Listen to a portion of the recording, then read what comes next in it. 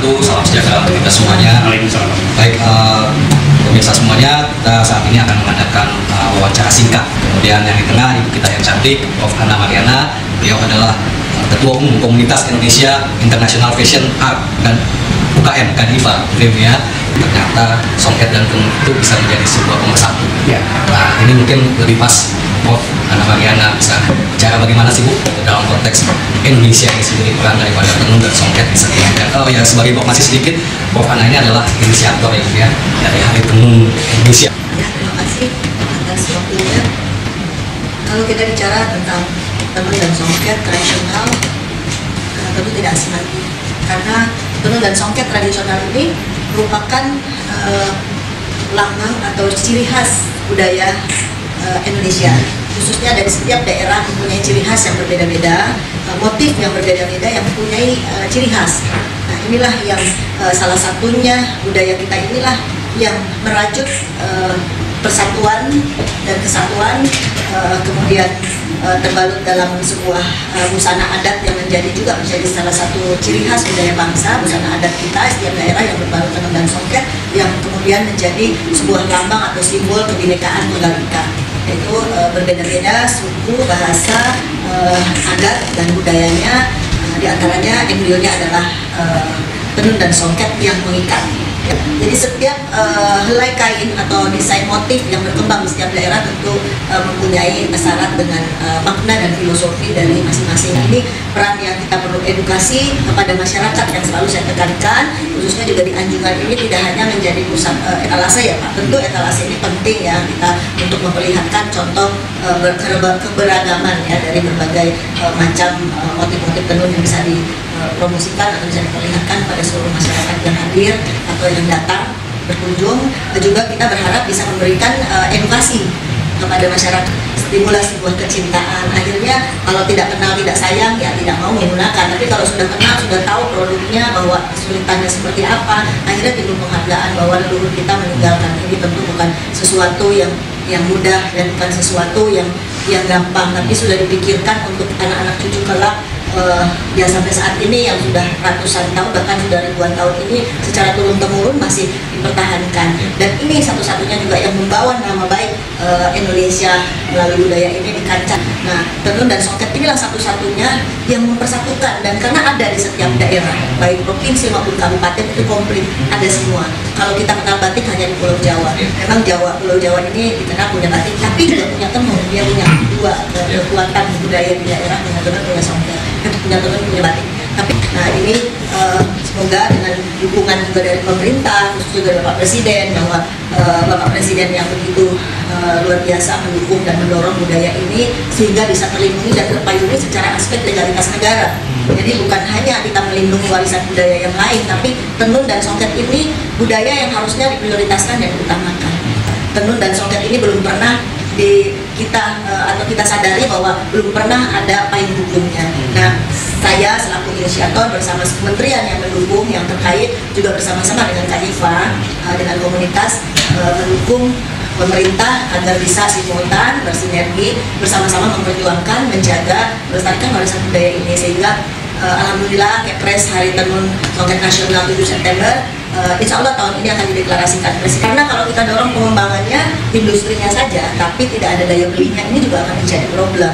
Nah, ini dari yang saya bilang dari hulu hingga hilir, ketika ditetapkannya Hari Tenun Nasional oleh Bapak Presiden dan juga ditetapkannya penggunaan satu hari wajib menggunakan busana tenun pada setiap minggu satu kali, seperti kita menggunakan pasar yang besar, dan karena kebutuhan ya, ada kebutuhan, sehingga kita harapkan ini juga angin segar atau harapan segar bagi kebangkitan para UMKM pengrajin-pengrajin di setiap daerah akan kembali minat gitu untuk menenun karena ada kebutuhan, ada daya beli. Nah, ketika dampak dari seremoni ini atau penetapan Hari Tenun Nasional ini akan berdampak pada sektor industri dan ekonomi masyarakat juga akan pasti akan berkembang ya. Kemudian alhamdulillah juga kita Kadiva diberikan kepercayaan oleh Kemendagri untuk membantu bersama-sama merumuskan atau merubah campaign yang sudah pernah ada yang Kepmen nomor 11 tahun 2020 yang kita ketahui bahwa sebetulnya sudah ada payung hukum yang mewajibkan untuk menggunakan busana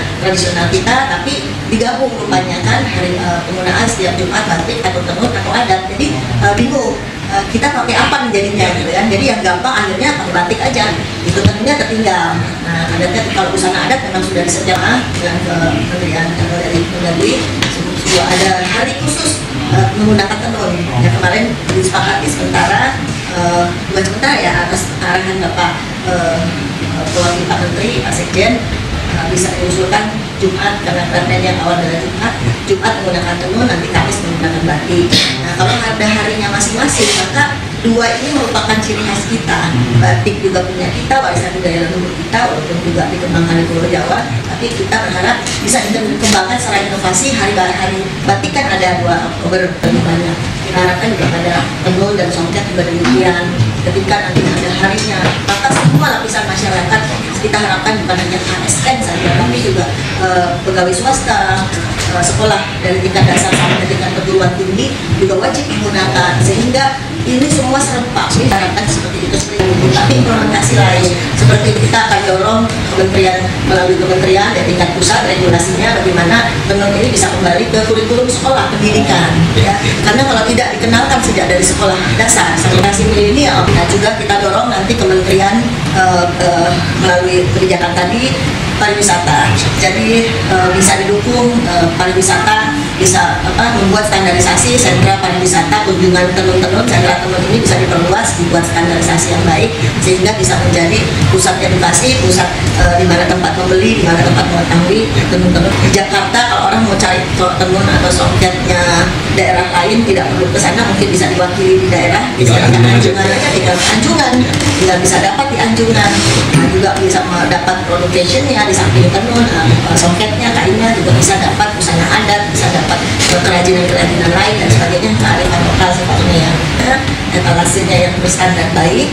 Ya, terus kemudian juga hak cipta kita dorong bagi pemerintah agar bisa melindungi, memayungi hak cipta bagi motif-motif tenun songket yang berkembang di setiap daerah masing-masing yang tradisional.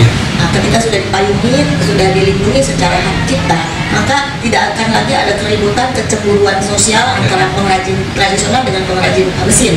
Nah, ini yang terjadi saling benturan di daerah ini dari masa ke masa bertahun-tahun. Inilah menjadi problem yang tidak bisa terpecahkan, sehingga yang kalah itu tradisional.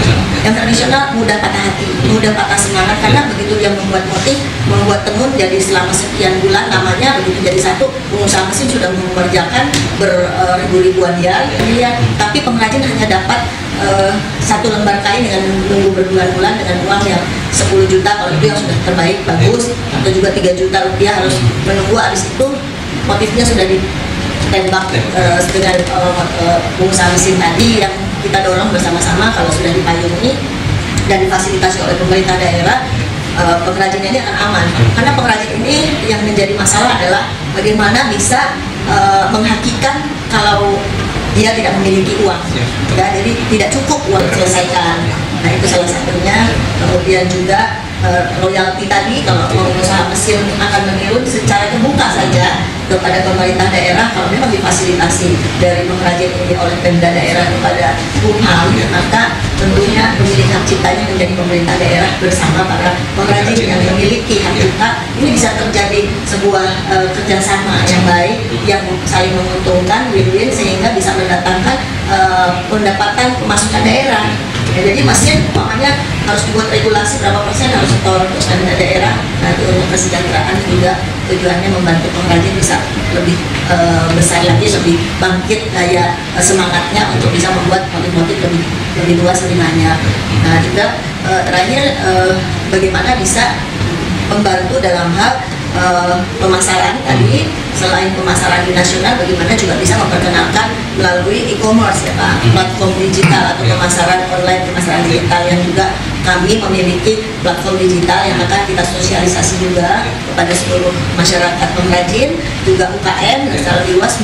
Kita menaungi, membina, juga pelatih para UMKM supaya mempunyai standarisasi produk yang berskala internasional, juga berskala sertifikasi, juga syarat dengan peraturan sesuai dengan ketentuan berlaku internasional, baik juga kemasan, packaging dan sebagainya. Ini juga menjadi sangat penting karena kebanyakan pengrajin di daerah hanya bisa memproduksi, tapi secara bicara skala kuantiti besar berharap ekspor tidak bisa mereka lakukan karena keterbatasan masalah pemahaman tadi tentang itu. Nah, saya kira kalau ini bisa didukung bersama-sama dari regulasi atau payung hukum atau menjadi sebuah legal standing, saya kira akan aman dan juga tidak akan budaya kita khawatir untuk ditiru oleh negara-negara lain, diklaim oleh negara lain ya. Itu tujuannya sebetulnya. Kita bersyukur bahwa pemerintahan ini cepat tanggap dan cepat reaktif, dan juga sekarang ini lebih digalakkan kecintaan atau menggunakan produk dalam negeri, bangga untuk menggunakan budaya dalam negeri, belanja bahkan produk dalam wisata di dalam negeri, sehingga ekonominya tidak pendapatannya tidak kemana-mana di negara kan, jadi masuk kantong kanan keluar kantong kiri, jadi begitu ya, yang muter di situ tidak lari kemana-mana, misalnya kita harapkan begitu. Jadi yang memanfaatkan, yang akan menikmati kesejahteraan tentunya masyarakat kita sendiri. Makanya perlu kesadaran, perlu mindset yang secara chemistry ya, bersama-sama membangun budaya supaya tidak punah, tidak hilang, karena ini menjadi satu kebanggaan kita yang tidak bisa kita bersaing dengan negara lain yang sifat tradisional ini. Maka mudah-mudahan dengan dukungan bersama-sama kita bisa melalui anjungan ini bisa hidup kembali, bisa kembali kepada marwahnya, menjadi etalase budaya, perwakilan budaya daerah atau sentral kebudayaan yang ada di Jakarta, perwakilan walaupun nanti akan ada IKN, tapi Jakarta ini tetap dikenal oleh mancanegara sebelumnya, jadi tidak perlu bersosialisasi lagi. Nah, mungkin dari saya mengenai tentang Tenun dan Songket demikian. Terima kasih. Ibu, optimisme Ibu sendiri bagaimana terkait dengan Tenun dan Songket dalam kaitan untuk ikut serta membangun dan mempererat kesatuan dan persatuan bangsa? Mungkin bisa disampaikan. Kami memang berkomitmen karena kami juga di wadah yang sama juga, punya kewajiban bersama. Beliau adalah sekjen kami di Kadifah. Kami mempunyai beban untuk bisa memajukan budaya-budaya, khususnya kami juga bergerak atau anggota-anggota kami itu di antara lain selain para desainer, pelaku usaha UMKM, juga di pengusaha yang bergerak di bidang budaya, kesenian dan sebagainya ada di dalam wadah kami, sehingga kita berharap saling menguatkan, ya, saling berkolaborasi, saling bersinergi. Tanpa itu saya kira kita tidak akan mampu untuk bisa melaksanakan memajukan budaya ini tanpa komitmen bersama, tanpa sinergi dan kebersamaan. Chemistry yang kita bangun harus sama, mindsetnya sama, sehingga tidak ada yang satu pengen budaya luar masuk ke kita supaya dikenal anak bangsa, yang satu lagi kita berharap bahwa budaya kita ini harus lebih kuat, harus bisa dikenal seluruh lapisan masyarakat, khususnya juga generasi muda milenial yang jumlahnya juga cukup banyak saat sekarang ini. Nah, ini menjadi tanggung jawab kita bersama untuk bisa menjaga mereka tetap NKRI dengan segala kecintaan pada budayanya yang beragam ini juga tidak mudah. Kita bersaing dengan tadi gadget, dengan adanya platform digital luar negeri yang membanjir di sini untuk mempromosikan pasar mereka. Nah, ini juga satu tantangan, challenge bagi kami semua yang komunitas yang bergerak di bidang pemajuan budaya, yang ingin juga bersama-sama mendorong kemajuan budaya ini bersama dengan pemerintah. Nah, kita juga harus punya komitmen dan loyalitas ya. Jadi tidak hanya sekedar punya semangat, punya keinginan, tapi tidak memberikan contoh. Saya ingin bahwa bicara budaya kita contohkan mulai dari diri kita, sehingga tidak kita menjadi sasaran tembak bagi anak-anak kita ke depan atau masyarakat luas. Apa yang kita sampaikan seyogianya kita cerminkan pada diri kita.